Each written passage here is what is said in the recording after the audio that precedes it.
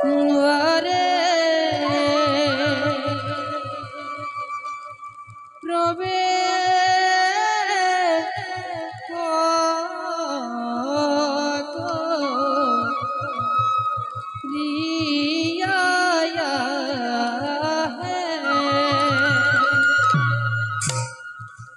দেব পুৰা দহৰাৰে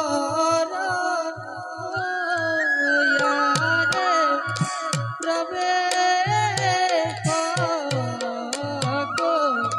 ৰিয়া দেব পুৰা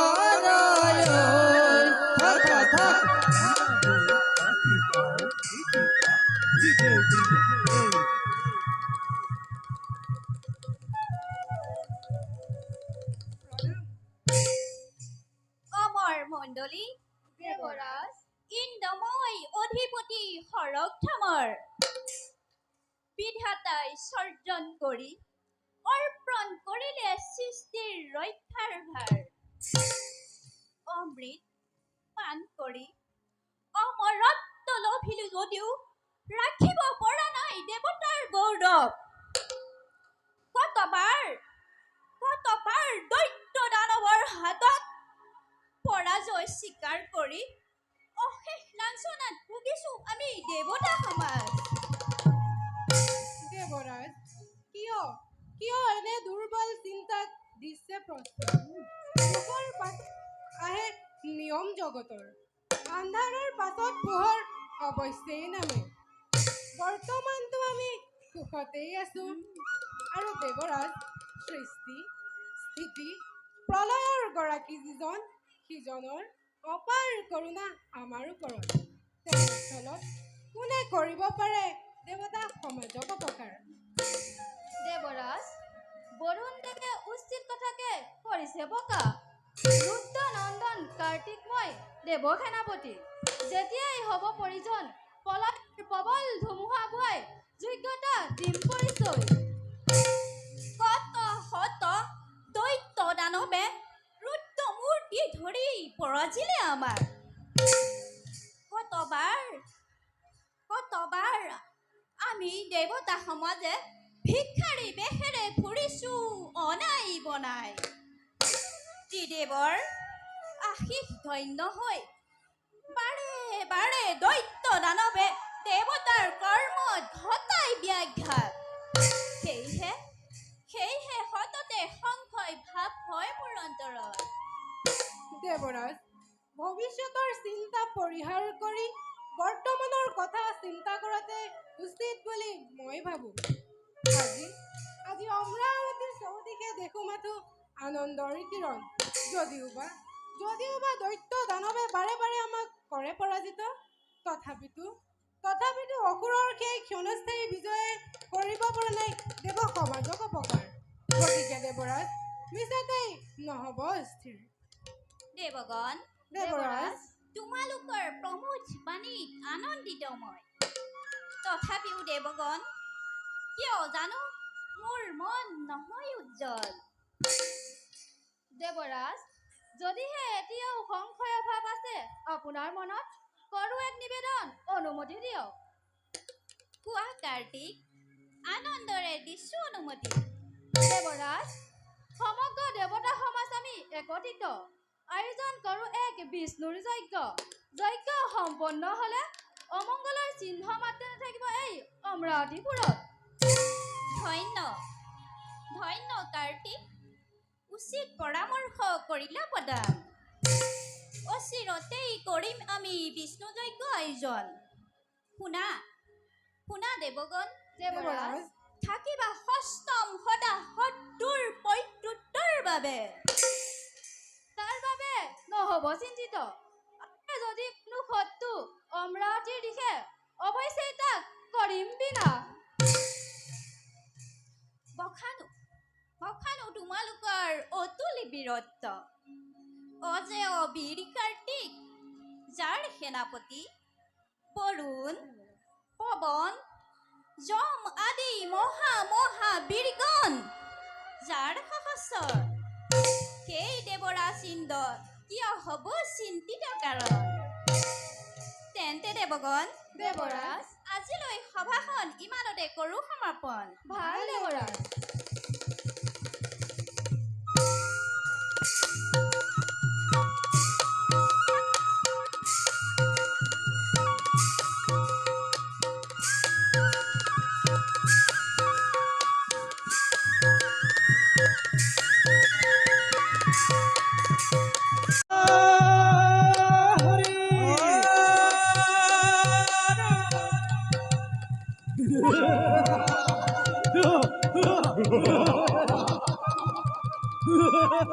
জয় ভল্মরাজনার জয় জয় ভল্মরাজনার জয় জয় ভল্মরাজনার জয় জয় জয়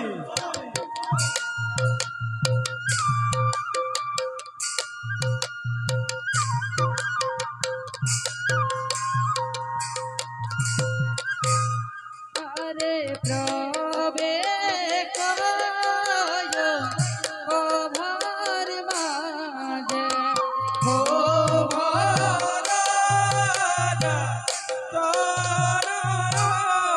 আরে সঙ্গে চলে সেনাপতি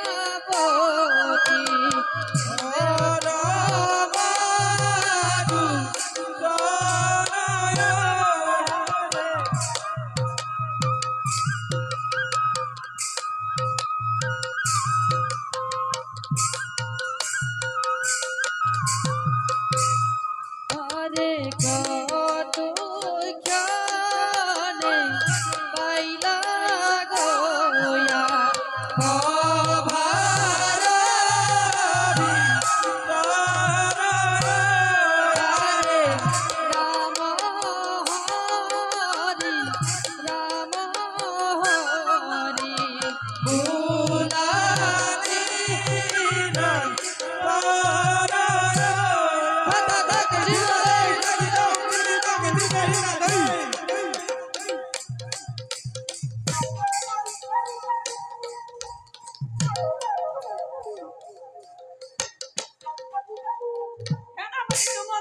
মহারাজ, প্ৰতিভূত প্ৰতিহিংসা অগণি অহৰহ জ্বলিছে মোৰ হৃদয়ৰ প্ৰতি স্তৰে স্তৰে লিখা আছে সেই নীলাচূড়াখন কৃষ্ণৰ নাম। মনত পৰিলে মোৰ ৰুক্মিণী স্বয়ম্বৰত কোৱা দাৰুণ অপমানৰ কথা।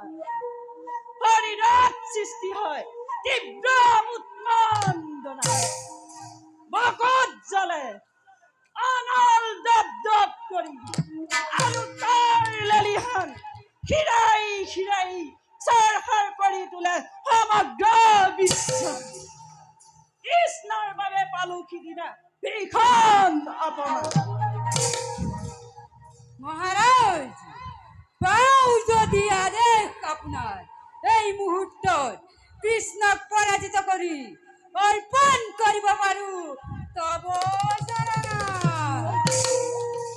সেনাপতি, মহাৰাজ, তোমাৰ দুৰ্জয় বীৰত্ব ক্ষমতা মোৰ নহয় অবিদিত। জলে আগ্নেয়গিৰি প্ৰতিহিংসা প্ৰতিশোধ পুৰাবৰ হেতু। সেয়েহে সেয়েহে আজি মই অতিকেই অস্থিৰ। ভগৱতী তু কামনাৰ হেতু যাত্ৰা কৰো আমি দ্বাৰকাৰ নগৰে মহাশক্তিৰ পৰিচয় দি সমৰ ক্ষেত্ৰত সাধু আমি আপোন কৰ্তব্য।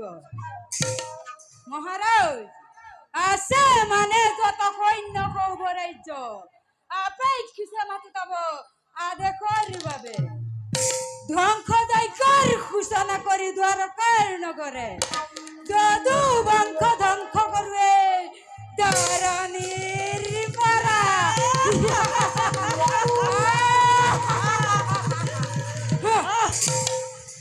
ধন্য ধন্য উপযুক্ত সেনাপতি তুমি শালবৰ নিপতি, কিন্তু সেনাপতি মহাৰাজ সামান্য নহয় সিটো গোৱাল কৃষ্ণই মায়াৰে চাতুৰি কৰিলে নোৱাৰিলে তিজ দিব কেৰে তাৰ সন্মুখত দৰ্শন নামৰ চক্ৰ আছে তাৰ হাতত প্ৰহাৰ কৰিলে যুদ্ধই দেখে কেৱল ঘোৰ অন্ধকাৰ কাকক থাকিলে চক্ৰ কৃষ্ণৰ হাতত এই দুমন্তৰ শক্তিৰ সন্মুখত চূৰ্ণ হব চক্ৰ কৃষ্ণ।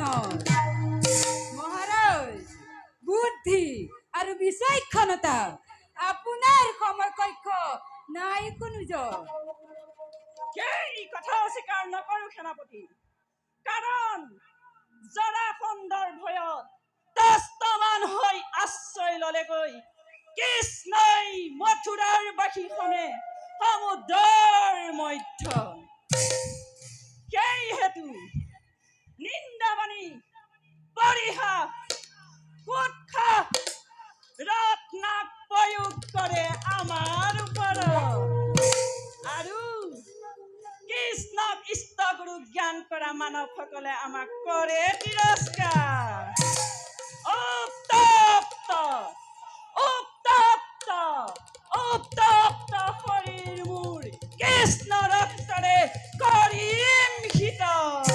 আৰু সেই বিজয় নিশানৰ কাষত দেৱতা আৰু যাদৱ গণৰ কল্লোলিত হব কান্দোনৰ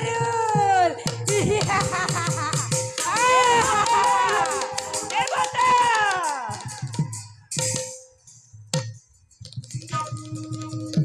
দেৱতা জৰাসন্ধৰ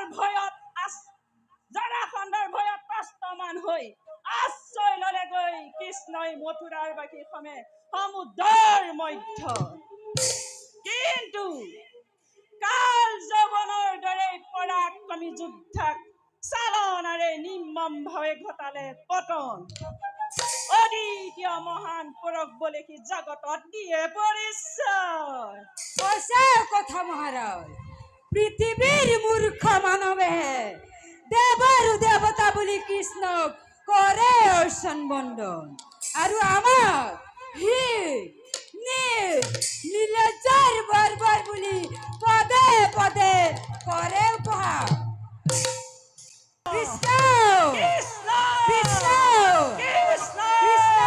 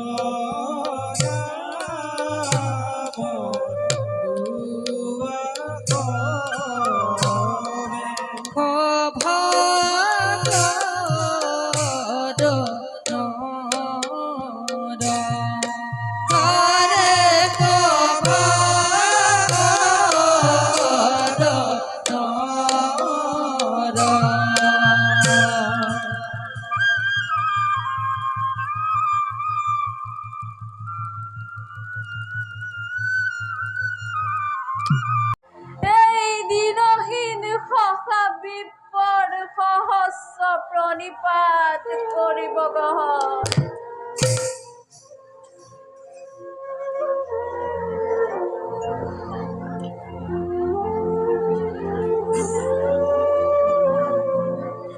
হে কৰোণা নিদান, অন্ন বস্ত্ৰ ধন সোণ একোকেই নালাগে মোক, লাগে মাথো তব ৰাতুল চৰণ প্ৰভু, লাগে মাথো তব ৰাতুল চৰণ।